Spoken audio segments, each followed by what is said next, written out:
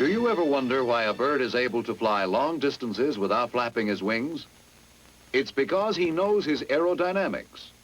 He knows instinctively how to locate an updraft and may soar for hours by making efficient use of aerodynamic forces.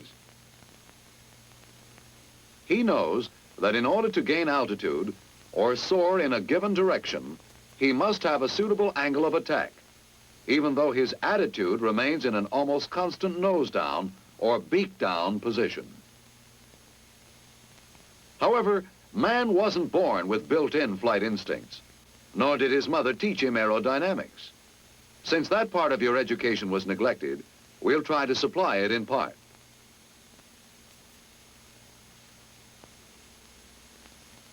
First of all, it is necessary to understand the factors which give you lift. In general terms, lift equals angle of attack times density of the air times area of the wings times velocity of the airfoil through the relative wind. Of the four factors which give you lift, the pilot can control only two: angle of attack and velocity of the airfoil.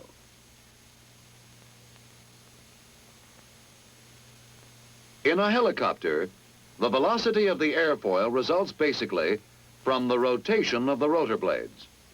A rotor blade is a wing or airfoil which flies in a circle, thus the term rotary wing.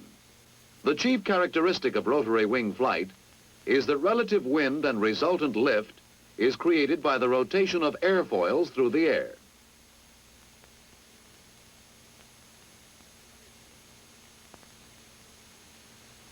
In other words, the rotary wing performs the same function for a helicopter as a fixed wing for an airplane.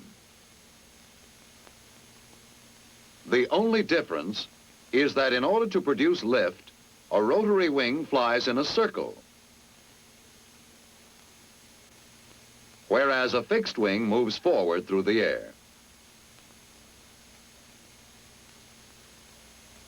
Whether a helicopter is in flight or at a hover, the pilot maintains a constant rotor RPM.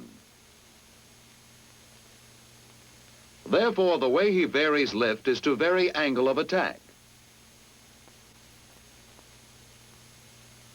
To understand lift fully, however, you must understand not only angle of attack, but also angle of incidence, which is sometimes called pitch angle.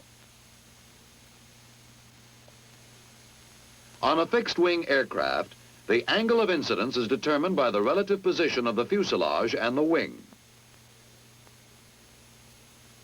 The angle formed by the longitudinal axis of the aircraft and the chord line of the wing is the angle of incidence.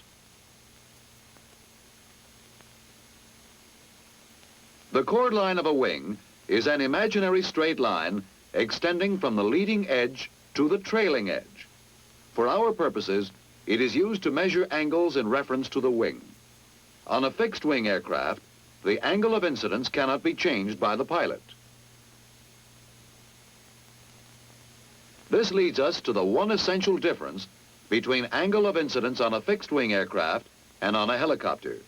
We can see this difference by observing non-rotating blades. In a helicopter,